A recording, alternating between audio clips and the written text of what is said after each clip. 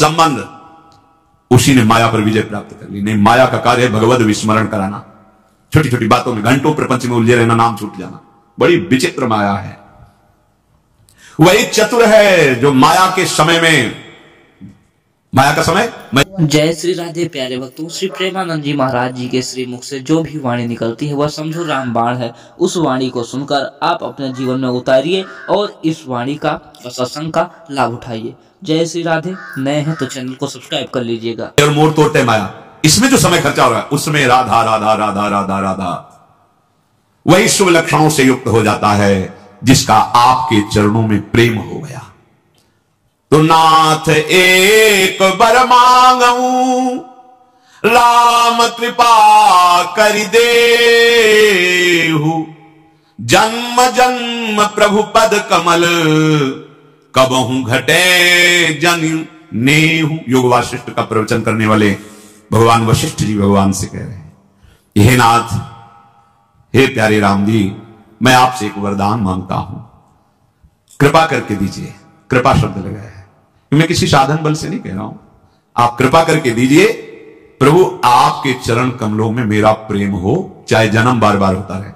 ये बात, जन्म जन्म प्रभु पद कमल, कबहू घटे जन यत्र यत्र मम जन्म कर्म भी नारके परमे पदे थवा राधिकार। सब महापुरुष, बार बार जन्म हो मरण हो, पर हे लाडली, आपके परिकर सहित हृदय में बस केवल आप स्फुरित होती हैं, आपका नाम, आपका चिंतन, आपका परिकर। मुझे कोई परवाह नहीं, बार बार जन्म हो, चाहे नारकी योनियों में चाहे परम पद में, मुझे इसकी कोई परवाह नहीं।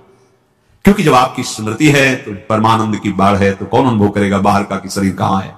तो जन्म जन्म प्रभु पद कमल, कबहू घटे जन, ऐसा भरत जी ने कहा। धर्म न अर्थ न काम रुचि गति न चहो निर्वाण, जन्म जन्म रति राम पद यह वरदान। अस कहे मुनि वशिष्ठ गृह आए, कृपा सिंधु के मन अति भाए। ऐसी विनय करके भगवान वशिष्ठ जी अपने घर में आए।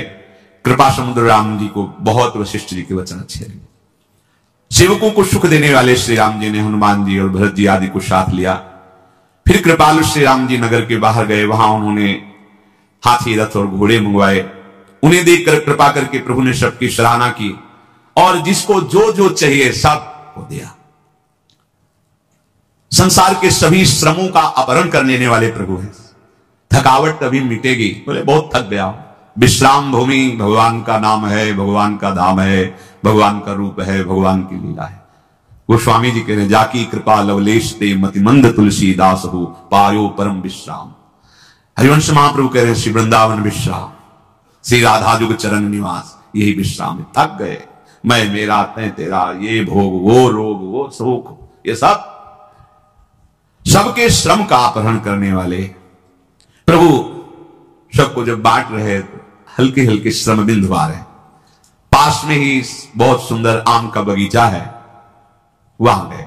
भरत जी ने अपना ऊपरी वस्त्र बिछा दिया, प्रभु उस पर विराजमान हुए और जो भाई हैं पंखा करने लगे, सेवा करने लगे। पवन पुत्र हनुमान जी ने थोड़ा बड़ा पंखा लेकर शुरू किया कि सब भाई और रघुनाथ जी सब प्रवाह हो। प्रभु को देख देख कर पुलकावली हो रही हनुमान जी महाराज के नेत्रों से अश्रुजल धारा बह रही। भगवान शिव जी कहते हैं, हे गिरिजा, हनुमान के समान कोई बड़भागी नहीं, क्योंकि सुख प्रभु की सेवा में जो सुख है, ये सेवा मिलना दुर्लभ होता है। सेवा को साधन भाव से नहीं देखना चाहिए कि हमारी साधना है, ये साधना का फल है सेवा। जैसे आप प्रभु को जो दुलार कर रहे हैं ना, सीधे प्रभु अधीन होते हैं, इसमें कोई फल फूल की बात नहीं, सीधे प्रभु अपने आप को अधीन कर देते हैं। भगवान शिव कह रहे हैं कि हनुमान जी के समान बड़भागी कोई नहीं, क्योंकि सेवा सुख, जिनके प्रेम और सेवा का स्वयं प्रभु अपने श्रीमुख से बार बार बड़ाई करते हो, हनुमान जी की हम बड़ाई क्या करें। ते अवसर मुनि नारद आए कर तलबीन, गावन लगे राम कल कीरति सदा नवीन। उसी अवसर पर नारद मुनि ने देखा कि आम के सुंदर बगीचे में आम के वृक्ष के नीचे भरत जी के वस्त्र पर भगवान श्री राम आसीन है।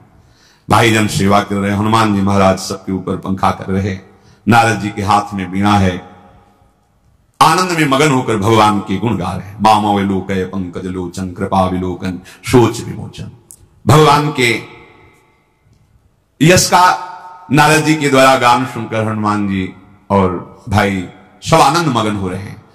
प्रेम सहित मुनि नारद बरंग राम गुण ग्राम, शोभा सिंधु हृदय धरी गए जहां विधि धाम।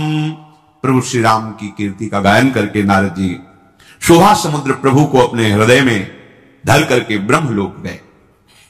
भगवान शिव कहते हैं, उमा, मैंने भगवान श्री राम की उज्जवल कीर्ति का गान करके तुम्हें सुनाया, जैसी मेरी बुद्धि थी, पूरी नहीं, जैसी मेरी बुद्धि थी।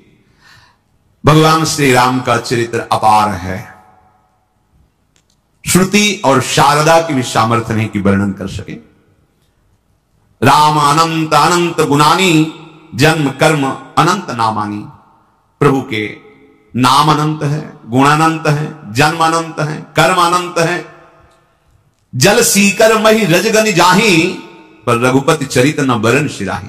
पृथ्वी के कण भले कोई गिन सकता है, आकाश में बरसती हुई बूंदों के गणना कर सकता है, कोई कर सकता है, पर भगवान के चरित्रों का पूर्ण वर्णन कोई नहीं कर सकता। पृथ्वी के रजकण भले गिने जा सकते, असंभव है। जल वर्षा हो रही, कितनी बूंदे गिर रही, कोई गिन सकता है, मतलब असंभव संभव कर सकता है, पर भगवान की महिमा, चरित्र, नाम, रूप, लीला अनंत है। ये जो भगवान श्री राम की पावन चरित्र का कथन श्रवण करेगा, उसे निश्चित परम पद प्राप्त हो जाएगा। ये भगवान शिव की वाणी है, निश्चित परम पद प्राप्त हो जाएगा।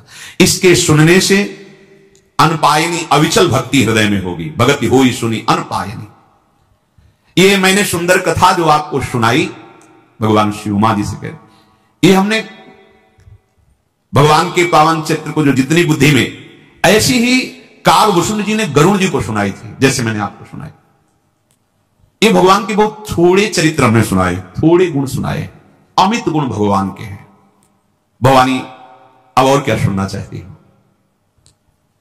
पार्वती जी पुलकित हो गई और विनम्र कोमल वाणी में कहा, धन्य धन्य मैं धन्य पुरारी, सुन्यो राम गुण भव भय हारी। आज मैं धन्य हो गई, धन्य हो गई, धन्य हो गई, क्योंकि आप हमारे प्राणपति हैं और आपके मुख से भगवान श्री राम के पावन, हरि के पावन चरित्र को, जो जन्म मृत्यु के भय का हरण करने, आज मैं परम धन्य हो गई। हे कृपा समुद्र, आपकी कृपा से कृतकृत्य हो गई। अब मुझे कोई मोह नहीं रहा। अब मुझे कोई, इसका मतलब मोह था क्या? पीछे हुआ था जब भगवान हे खग हे मृग हे मधुकर श्रेणी, ऐसा तो उस समय भगवान शिव ने जब देखा, जय सच्चिदानंद परम धाम की ऐसा कहकर प्रणाम किया था, तो माता जी को संशय हो गया था कि अगर ये परब्रह्म परम धाम प्रभु हैं, तो जैसे शंकर भगवान सर्वज्ञ हैं, ऐसे इनको सर्वज्ञ होना चाहिए। अगर सर्वज्ञ हैं तो फिर हे खग हे मृग हे मधुकर श्रेणी ये कैसे ढूंढ रहे हैं? लताओं से पूछ रहे हैं, मृग से पूछ रहे हैं कि तुमने कहीं सीता मृग नैनी को देखा है क्या? अगर ये राजकुमार है तो परम सच्चिदानंद भगवान सर्वज्ञ शिव इन्हें सच्चिदानंद कह के प्रणाम क्यों किया? यदि ये सच्चिदानंद है तो पूछ क्यों रहे हैं खग मृग से? बस असंशय मन भय हुआ, पहले हुआ था, अब नहीं है। आपकी कृपा से, तुम्हारी कृपा कृपायतन अब कृतकृत्य न मोह, जान्यो राम प्रताप प्रभु चिदानंद संदोह। हे नाथ, आपके श्रीमुख रूपी चंद्रमा श्री राम की कथा रूपी अमृत को जो बरसा रहा है, हे मतिधीर, मैं अपने कर्णपुटों से उसे पान करके कृतकृत्य हो रही हूं। अम्बा बोल रही, बड़ा सुख मिला। प्रभु के चरित्र सुनते सुनते बस तृप्ति नहीं हो रही, ऐसा लगता है और सुनने को मिले। अगर कोई ये कहता है कि मैं तो रामचरित्र वो सुन चुका हूं, वो बात वो सुन चुका हूं, तो कह रहे रस विशेष जाना तीना, इसका मतलब अभी उसको रस प्राप्त नहीं हुआ, इसीलिए कह रहा है नहीं मैं ये बात तो मैं सुन चुका हूं। जो जीवन मुक्त महामुनि है वे भी बार बार भगवान के चरित्र सुनते रहते हैं। जो संसार रूपी समुद्र से पार जाना चाहता है उसके लिए सहज उपाय है संसार से पार होने का, क्या? भगवान के चरित्रों को सुनते रहो, भक्तों के चरित्रों को सुनते रहो। जब कानों से भगवान के चरित्र को सुना जाता है तो भगवान हृदय में जाकर विराजमान हो जाते हैं, सारे दोषों को नष्ट करके उसे परम पद प्रदान, श्रवण मात्र से भगवत प्राप्ति। भगवान के ऐसे पावन चरित्र है। जगत में कौन ऐसा कान वाला है जिसको भगवान के चरित्र अच्छे ना लगे? जो विषयी पुरुष है उनको भी सुख मिलता है। अगर नींद की गोली से भी नींद ना आती हो तो सत्संग में आके बैठ जाना, आ जाएगी, क्योंकि वो इंद्रियों को ऐसी शांति और विश्राम मिलती है। अब क्योंकि मलिन हृदय है तो वो दिव्य भाव में नहीं पहुंच पाता, पर निद्रा भाव में तो पहुंच ही जाएगा। सो जाएगा, विश्राम मिलेगा। अभी तमोगुण है तो तमोगुण में ही सही, और सुनते रहोगे तो परम विश्राम भी मिल जाएगा, भगवत प्राप्ति हो जाएगी। क्योंकि कभी ना कभी तो जग ही जाओगे, सुनते सुनते जग जाओगे। और एक भी बात पकड़ ली जीवन में, एक भी भगवान की आज्ञा मान ली, वो एक ही आज्ञा सब सद्गुण ले आएंगे। वो तो बड़े अभागी हैं जो भगवान की चर्चा जहां हो रही हो ये बात सुनकर वहां जाए ना और सुने ना, बड़े अभागी हैं। ते जड़ जीव निजात्मक घाती जिन्हें नरोपति कथा सुहाती। जहां जहां प्रीतम की बात हो रही वहां सत्संग हो रहा है, अच्छा 4 कदम लंबे लंबे रखो, पहुंचो श्रवणेंद्रिय, सुनो 10 मिनट, 1 घड़ी, आधी में पुनियादी, कुछ तो सत्संग कान में गया, कानों की सार्थकता हो गई, जीवन धन्य हो गया। जो रोज सत्संग सुनते हैं, अहो भाग्य, अहो भाग्य। हे नाथ, आपने जो भगवान श्री हरि के चरित्र का गान किया, इससे बड़ा प्यार, इससे बड़ा सुख और क्या दे सकता है कोई। आपने मुझे बहुत, आप समझो अंबाजी भगवान श्री से क्या कह रहे, आपने जो प्यार दिया, सुख दिया, क्या आप अपने श्री मुख से भगवान श्री हरि के लीलामृत का गान करके मुझे सुनाया, इसमें जो मुझे सुख मिला प्रभु, इससे बड़ा प्यार क्या हो सकता है। संत जनों को, भगवत चरित्र गान करने वालों को महादानी कहा गया, भूरिदा जना, वो बहुत बड़े दाता हैं, क्योंकि भगवान का अमृतमय जो चरित्र है, गुण है, उनका पान। तव कथा अमृतम तत्व जीवनम कवि भीड़ितम कल्मषापम श्रवण मंगलम श्रीमदागम। बड़ा आनंद प्रदान करने वाली सहज में भगवत चर्चा है। बस सुनो, नहीं समझ में आ रहा, आने लगेगा। ये सब अपने आप में समर्थ है, सुनते रहो सुनते रहो।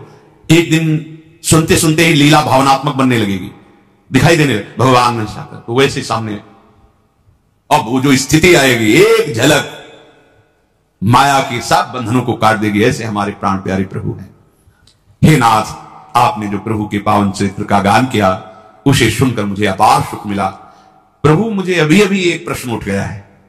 आपने कहा कि यही चरित्र काकभूषण जी ने गरुण जी को सुनाया था, तो गरुण जी तो भगवान के पार्षद हैं, और काक शरीर पक्षियों में कौवा शरीर, और कहां भगवान के वाहन गरुण जी। तो महाराज जी, ये काकभूषण और गरुण जी का मिलन कैसे हुआ? गरुण जी क्यों भगवान की जो सेवा है, हर समय उनकी समीपता है, उसको छोड़कर काक के पास गए, और वहां जो पापों का त्याग करके साधना में लग गए हैं, उनका तो कहना ही क्या है। पर जिसने बहुत पाप किए हैं और पूर्वाभ्यास है पाप करने का, अब उसके उद्धार का क्या उपाय हो सकता है?